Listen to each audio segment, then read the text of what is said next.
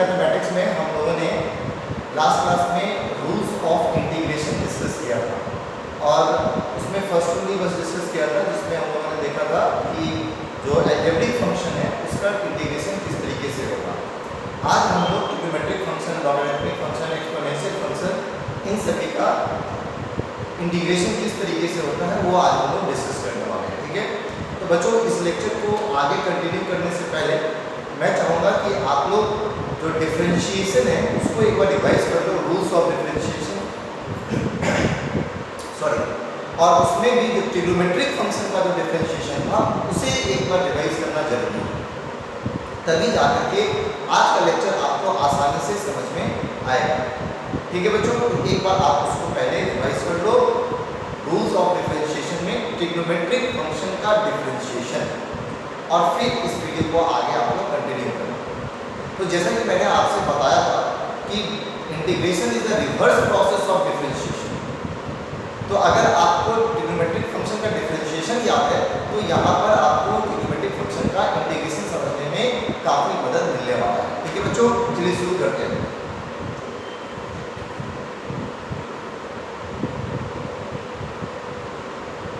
Trigonometric functions,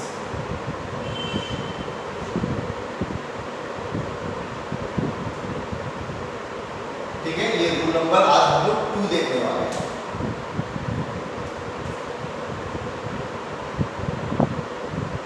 rule number 1 में हम लोग ने अलजेब्रिक फंक्शन का इंटीग्रेशन देखा था, आज हम लोग ट्रिग्नोमेट्रिक फंक्शन का इंटीग्रेशन देखने वाले हैं। तो आइए स्टार्ट करते हैं। सबसे पहले हम लोग integration of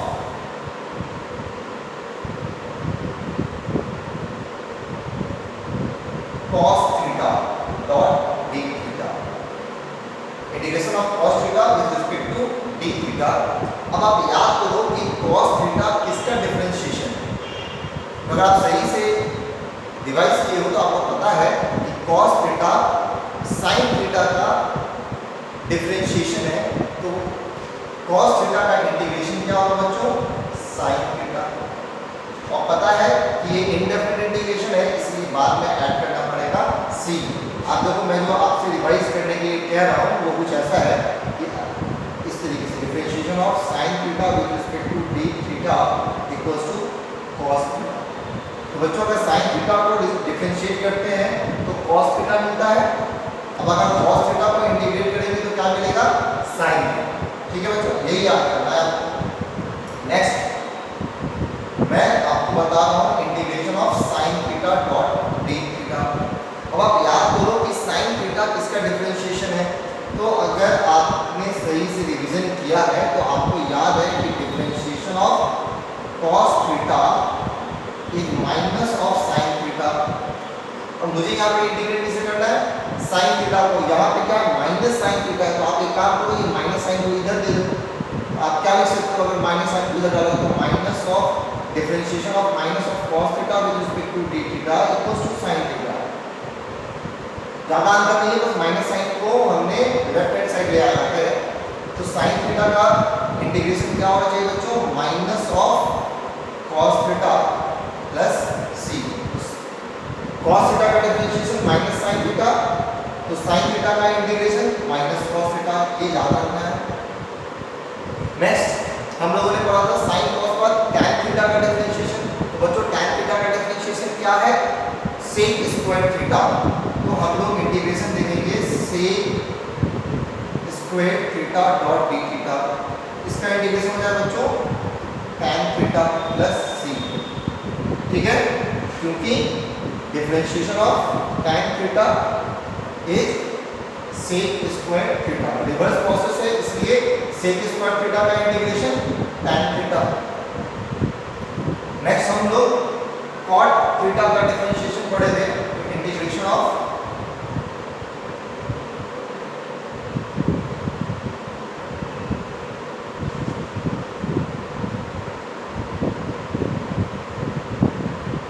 cosec square theta dot d theta.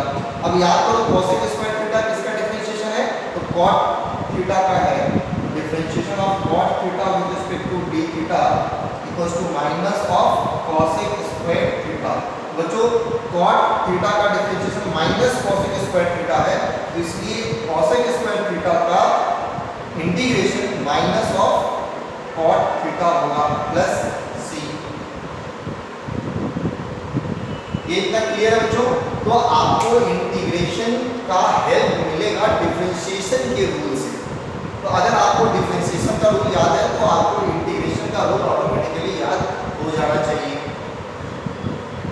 चलो इतना तो हो गया, ये तो बस हिंट के लिए था, इसे हम साफ करते हैं।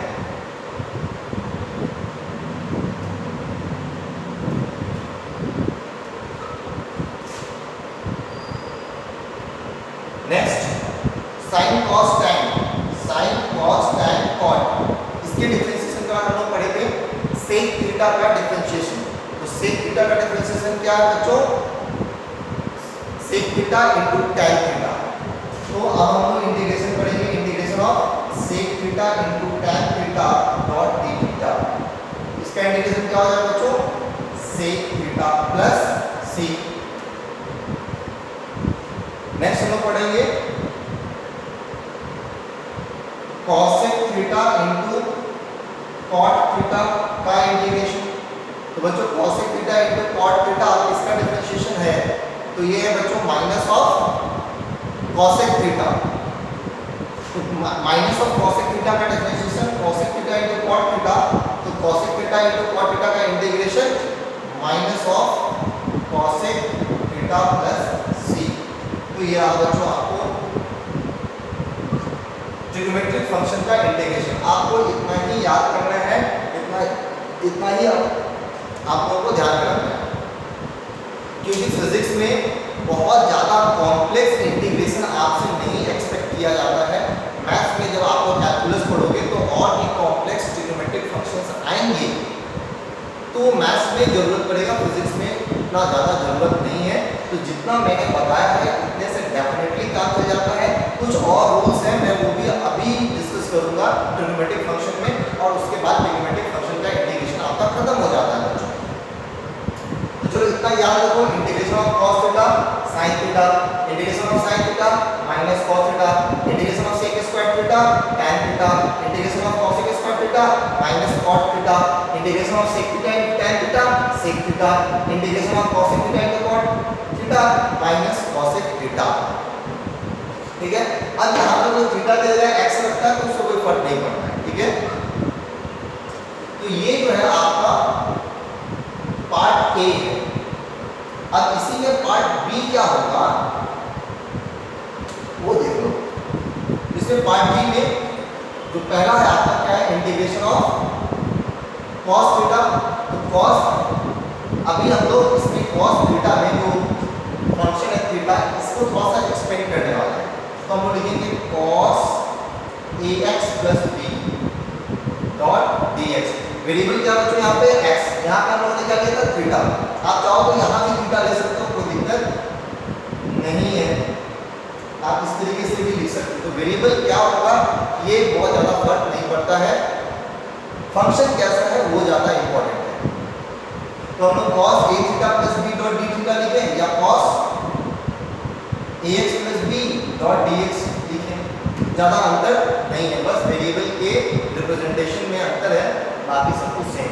तो अगर इस तरीके से फंक्शन मिलता है cos ax plus b dot dx, तो बच्चों इसका इंटीग्रेशन होगा sin ax plus b divided by जो x का कोफिशिएंट है। तो बच्चों x का कोफिशिएंट क्या है? a, डिवाइडेड बाई a और लास्ट में प्लस c। समझ आया? इसी तरीके से इन सभी ट्रिग्नोमेट्रिक फंक्शंस में हम लोग इस रूल को अप्लाई कर सकते हैं। चलो एक और एग्जांपल देखो। तो लाइक अगर मेरे पास integration of sin ax plus b dot dx है, तो इसका इंटीग्रेशन हो जाएगा minus of cos ax plus b divided by x का फंक्शन क्या है? a divided by a plus c। समझ आ रहा है? अभी फंक्शन सिर्फ थीटा का ना होके या सिर्फ x का ना होकर के यहाँ पर क्या है? ax प्लस b है। तो ये बच्चों डिग्री 1 का इक्वेशन है, ध्यान में रखना। अगर ये डिग्री 2 का इक्वेशन होगा तो फिर ये रूल नहीं लगा सकते हैं, वो फिर कॉम्प्लेक्स होगा। लेकिन आप टेंशन नहीं लो, आपसे वो पूछा ही नहीं जाएगा, फिजिक्स में तो कम से कम नहीं पूछा जाएगा। तो इंटीग्रेशन में जिस तरीके का यहाँ पर हम लोग डिस्कस कर रहे हैं, बस उतने पे ही फोकस रखना है आप लोगों को, उससे ज़्यादा डिटेल में सोचने की जरूरत नहीं है। चलो तो साइन थीटा कॉस थीटा का हो गया। अब आगे बढ़ते हैं हम लोग।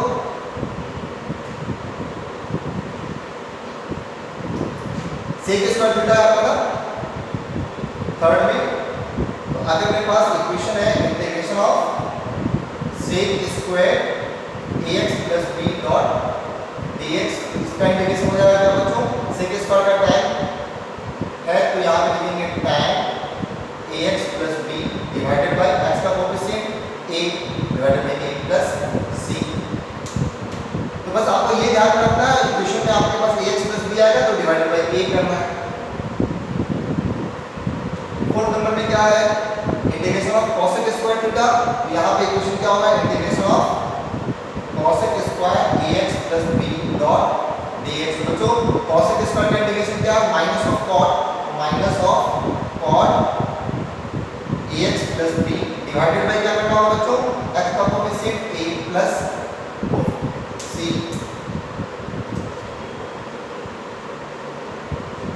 नेक्स्ट है sec theta into tan theta. Fifth number में इंटीग्रेशन करना है हम लोगों को sec ax plus b into tan ax plus b dot dx। बच्चों इसका इंटीग्रेशन क्या हो जाएगा, तो sec इनटू tan का इंटीग्रेशन है sec थीटा, तो यहाँ पर भी होगा sec ax plus b divided by a, last में c ऐड करना है। तो आपको समझ में आ रहा है कैसे कर रहे हैं हम लोग।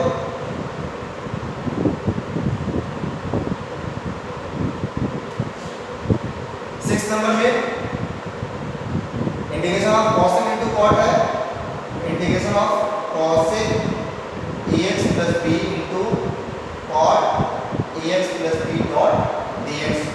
बच्चा cosec इनटू cot का इंटीग्रेशन क्या है, माइनस cosec, तो यहाँ पे लिखेंगे माइनस cosec। फंक्शन क्या है यहाँ पर, ax प्लस b डिवाइड करना पड़ेगा x के कोएफिशिएंट से जो a है, फिर प्लस c हो गया। तो जितने भी ट्रिग्नोमेट्रिक फंक्शन थे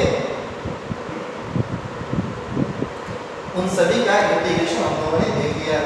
तो ये आपको याद रखना है, इसमें कोई उपाय नहीं है और ये बहुत जरूरी है 11th के बच्चों के लिए। अगर आप इन सब चीज़ों को अच्छे से प्रैक्टिस नहीं करोगे तो फिर आगे दिक्कत होने वाला है। तो ये ट्रिग्नोमेट्रिक फंक्शन का। अब लॉगरिथमिक फंक्शन देख लो एक बार।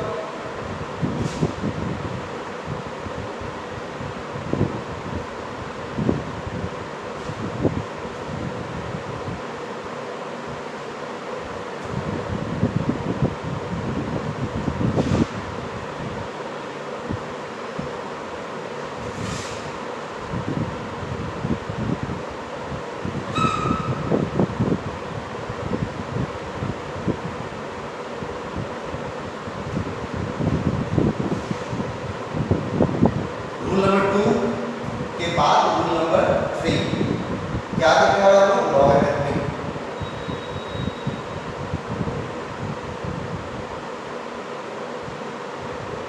लॉगरिथमिक फंक्शन ज्यादा है ही नहीं इसमें।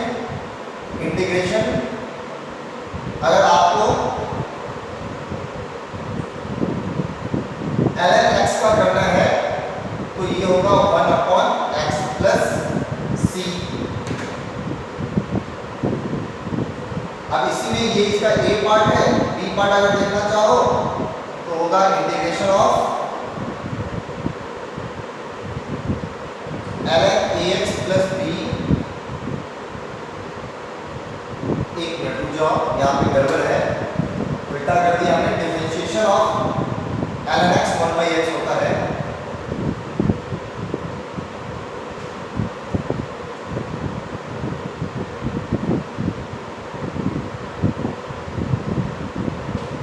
तो यहाँ पे बच्चों मेरे पास लॉगरिथमिक फंक्शन में आएगा इंटीग्रेशन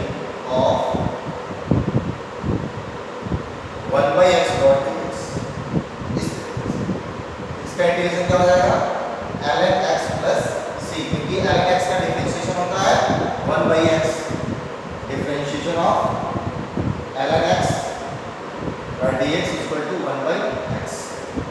तो 1/x का इंटीग्रेशन होगा ln x। ये इंपॉर्टेंट है, ध्यान में रखना है। ये ए पार्ट था। अब इसका बी पार्ट क्या है?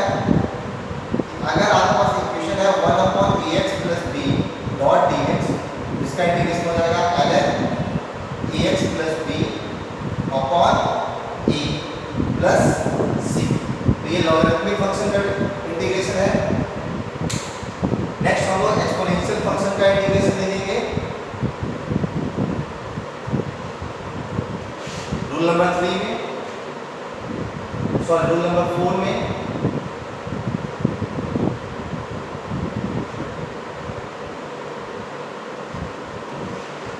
इसमें अगर आपको इंटीग्रेट करना है e⁻x डॉट dx का, इसका इंटीग्रेशन बच्चों यही रह जाएगा e⁻x + c, क्योंकि e⁻x का डिफरेंशिएशन भी क्या होता है? e⁻x। Differentiation of e⁻x is e⁻x। इस कारण से इंटीग्रेशन भी सेम रहेगा। b में क्या है? अगर इंटीग्रेट करना है मुझे e⁻ax + b डॉट dx, तो इसका इंटीग्रेशन हो जाएगा e⁻ax + b divided by a + c। तो इस तरीके से जितने भी रूल्स हैं इंटीग्रेशन के वो हम लोगों ने डिस्कस कर लिया है। ठीक है बच्चों, तो इन सभी चीजों को आप नोट डाउन करके रखो।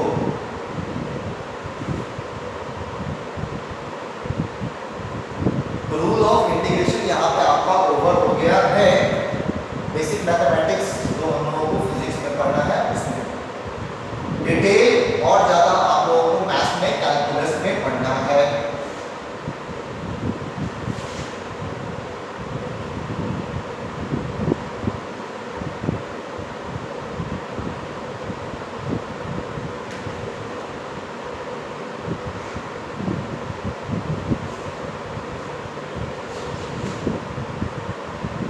अब देखो बच्चों, अभी तक हम लोग सिर्फ इनडेफिनिट इंटीग्रेशन के बारे में डिस्कस कर रहे थे। जितने भी हम लोगों ने रूल्स देखे हैं वो अभी सिर्फ और सिर्फ इनडेफिनिट इंटीग्रेशन में देखे हैं, बट अब हम लोग डिस्कस करने जा रहे हैं डेफिनिट इंटीग्रेशन।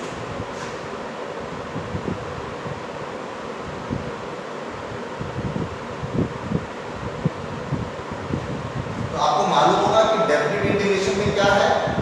डेफिनिट इंटीग्रेशन में बच्चों आप लोगों को लिमिट दे रखा होगा। ठीक है, तो लाइक मेरे पास एक इक्वेशन है 4x + 3। इसे इंटीग्रेट करना है बच्चों हम लोगों को 0 से लेकर के 2 तक। तो लोअर लिमिट कितना है बच्चों? 0। लोअर लिमिट है हमारा 0 और अपर लिमिट है हमारा 2। तो अगर लिमिट दे रखा है तो फिर हम कहेंगे कि ये जो इंटीग्रेशन है वो कैसा है? डेफिनिट इंटीग्रेशन है। अगर ये लिमिट नहीं दे रखा होता तो हम लोग कहते हैं कि इनडेफिनिट इंटीग्रेशन है। अगर उसको सॉल्व कैसे करें? तो जो रूल ऑफ इंटीग्रेशन है वो हम लोगों ने जो इनडेफिनिट इंटीग्रेशन में पढ़ा है बस उसी को यूज करना है। चलो करते हैं। यहाँ पे 4x का इंटीग्रेशन क्या हो जाएगा? 4x² / 2 प्लस 3 का इंटीग्रेशन हो जाएगा 3x। अब इसको इंटीग्रेट करने के बाद हम लोग एक स्क्वायर ब्रैकेट में बंद करेंगे और कांस्टेंट c ऐड करते थे वो अब नहीं करेंगे। तो डेफिनिट इंटीग्रेशन में हम लोग कांस्टेंट c को ऐड नहीं करते। सिंपलीफाई करते इसको तो ये 2 बार में कैंसिल है। और जो आपका राइट साइड है स्क्वायर ब्रैकेट का, इसके बॉटम में लोअर लिमिट लिखो और जो टॉप साइड है स्क्वायर ब्रैकेट का वहां पे आप अपर लिमिट लिखो। तो लोअर लिमिट 0, अपर लिमिट 2 हो गया। आप खत्म। इसको थोड़ा सा अच्छे से लिख लो। 2x² + 3x स्क्वायर ब्रैकेट में क्लोज करो। Lower limit 0, upper limit 2। तो ये जो लिमिट लिखते हैं बच्चों ये हम लोग right hand side of the square bracket लिखते हैं। अब क्या करना है? ये मेन चीज इसके बाद तो जहां जहां x है, कहाँ x है आप उस पर ध्यान दो। इस जगह पे x है और इस जगह पे x, मतलब वेरिएबल जहां पे है वहां पे आपको रखना है अपर लिमिट। शुरू हो जाओ। 2 इंटू एक्स के जगह पे क्या रखना है अपर लिमिट 2 का स्क्वायर प्लस 3 इंटू एक्स के जगह पे क्या रखना है 2। अब इसे आप ब्रैकेट में क्लोज करो, ठीक है। अपर लिमिट हम लोगों ने डाल दिया है। अब करना है माइनस, क्या करना है माइनस, और अब हम लोग x की जगह पे लोअर लिमिट डालेंगे। क्या डालेंगे बच्चों लोअर लिमिट। तो ब्रैकेट हम लोग ओपन कर लेते हैं। तो 2 इंटू 0 की पावर 2 प्लस 3 इंटू 0। तो हालांकि 0 की पावर 2 रखो या कुछ भी रखो ये 0 हो जाएगा, और ये 3 इंटू 0 ये भी 0 हो जाएगा, तो ये पूरा टर्म क्या हो जाएगा 0। तो चलो वो तो 0 हो जाएगा। अब आप यहाँ पर ध्यान दो 2 2 जा 4 2 जा 8 प्लस 3 2 जा 6 माइनस 0। तो 8 प्लस 6 14। तो ये आंसर क्या हो जाएगा बच्चों हमारा 14। ये है हमारा डेफिनेट इंटीग्रेशन का तरीका। तो डेफिनेट इंटीग्रेशन और इनडेफिनेट इंटीग्रेशन में क्या अंतर हो गया। तो डेफिनेट इंटीग्रेशन में आपको फाइनल आंसर जो मिलेगा वो एक एक्यूरेट वैल्यू होगा, जैसे यहाँ पर 14 आया। और अगर यही आपका इनडेफिनेट इंटीग्रेशन होता, मैं उसे भी एक बार सॉल्व करूंगा अभी।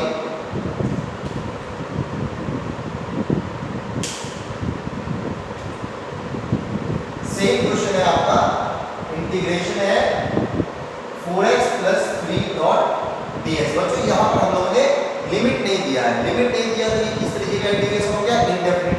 अब अगर आप इसका इंटीग्रेशन करोगे तो आपको लिखना होगा 4x² 2 plus 3x plus c। Indefinite है इसलिए लास्ट में आपको c ऐड करना पड़ेगा। सिंपलीफाई कर लो 2 टाइम्स, ये क्या हो गया 2x² plus 3x plus c। ये आपका फाइनल आंसर हो गया किसमें इनडेफिनिट इंटीग्रेशन। ये है हमारा इनडेफिनिट इंटीग्रेशन, ठीक है। और ये है हमारा डेफिनिट इंटीग्रेशन। तो डेफिनिट इंटीग्रेशन और इनडेफिनिट इंटीग्रेशन में मेन डिफरेंस क्या है कि डेफिनिट इंटीग्रेशन में आपको लिमिट दे रखा होगा और इनडेफिनिट इंटीग्रेशन में लिमिट नहीं दे रखा होगा, ठीक है।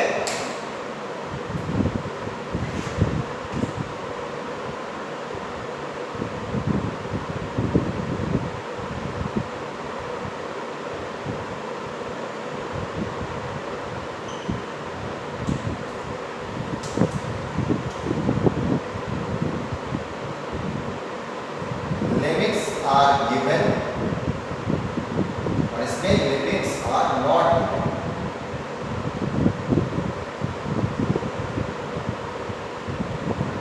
ठीक है।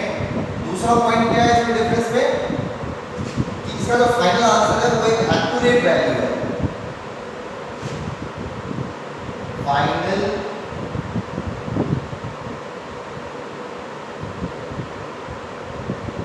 Answer is an accurate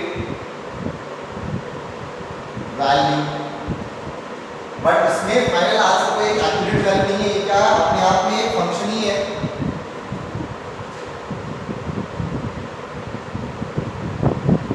final answer is not an accurate value, but it is an equation,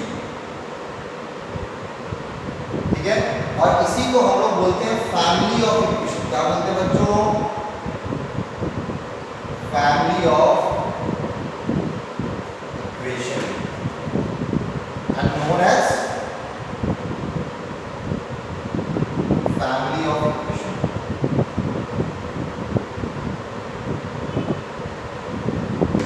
तीसरा डिफरेंस क्या है constant c is not added after integration,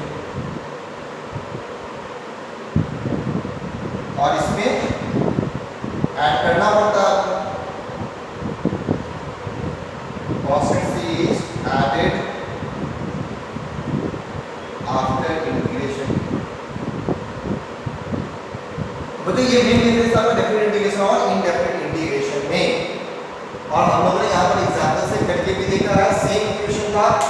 आपका डेफिनेट इंटीग्रेशन में है और ये आपका इनडेफिनेट इंटीग्रेशन में है। आपको ज्यादा यूज जो है वो डेफिनेट इंटीग्रेशन का ही पढ़ने वाला है, इसका ही यूज ज्यादा होगा, इनडेफिनेट इंटीग्रेशन का यूज ज्यादा नहीं होता है। तो हम लोगों को यूज से ज्यादा मतलब है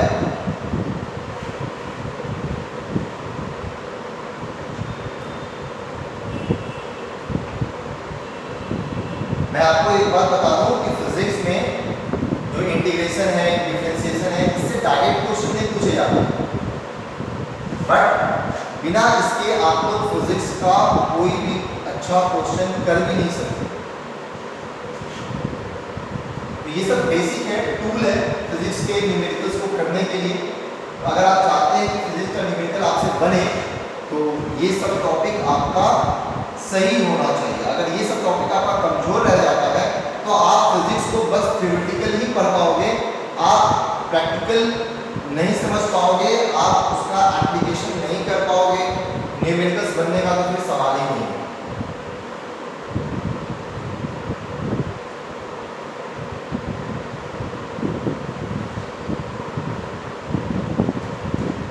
अभी चलो इनडेफिनेट सॉरी डेफिनेट इंटीग्रेशन पे कुछ और क्वेश्चंस हैं।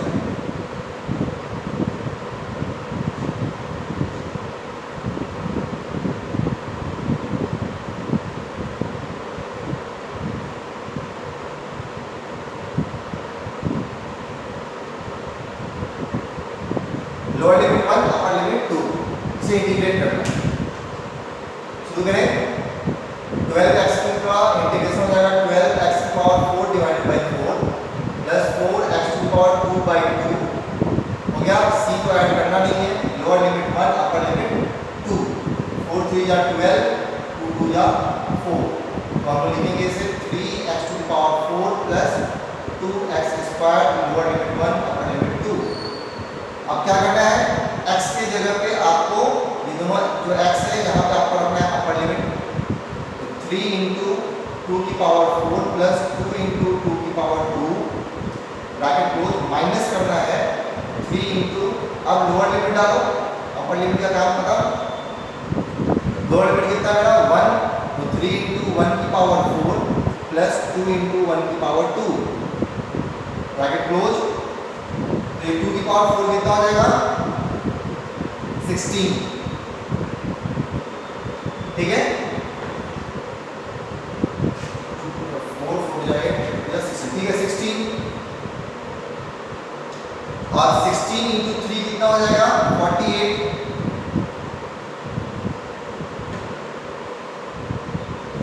प्लस 2 का पावर 2 4 4 इंटू 2 8 माइनस 1 का power 4 1 1 into 3 3 plus 2 48 plus 8 56 minus 5 कितना आ गया 51। ये हो गया आपका आंसर 51। देखो एलजेब्रिक फंक्शन का हम लोगों ने देखा है। अब आप चाहो तो ट्रिग्नोमेट्रिक फंक्शन पे भी देख लो। Integration of cos x dot dx limit pi by 3 से लेकर के पाई बाई 6। तो cos x का इंटीग्रेशन क्या होता है बच्चों sin x, ये हो जाएगा sin x limit pi by 3 से पाई बाई 6। अब x की जगह पे x कहाँ है, यहाँ पे x की जगह पे अपर लिमिट मतलब sin पाई बाई 6। अब लोअर लिमिट तो माइनस sin पाई बाई 3। तो बच्चों sin पाई बाई 6 कितना होता है, पाई बाई 6 का मतलब डिग्री में कितना हो गया 30 डिग्री। sin 30 डिग्री का वैल्यू होता है 1/2 minus pi by sin pi by 3। तो पाई बाई 3 का वैल्यू कितना होता है डिग्री में, तो पाई बाई 3 का वैल्यू होता है डिग्री में 60 डिग्री। sin 60 डिग्री का वैल्यू होता है √3/2। आप लिख सकते हो 1 माइनस √3/2। ये आपका फाइनल आंसर होगा। तो इस तरीके से हम लोगों ने डेफिनेट इंटीग्रेशन के भी कुछ एग्जांपल्स करके देख लिया है। तो उम्मीद है आप लोगों को डेफिनेट इंटीग्रेशन और इनडेफिनेट इंटीग्रेशन दोनों में अंतर अब समझ में आ रहा है। तो बच्चों आज के लिए इतना ही। Thank you very much. Next class में हम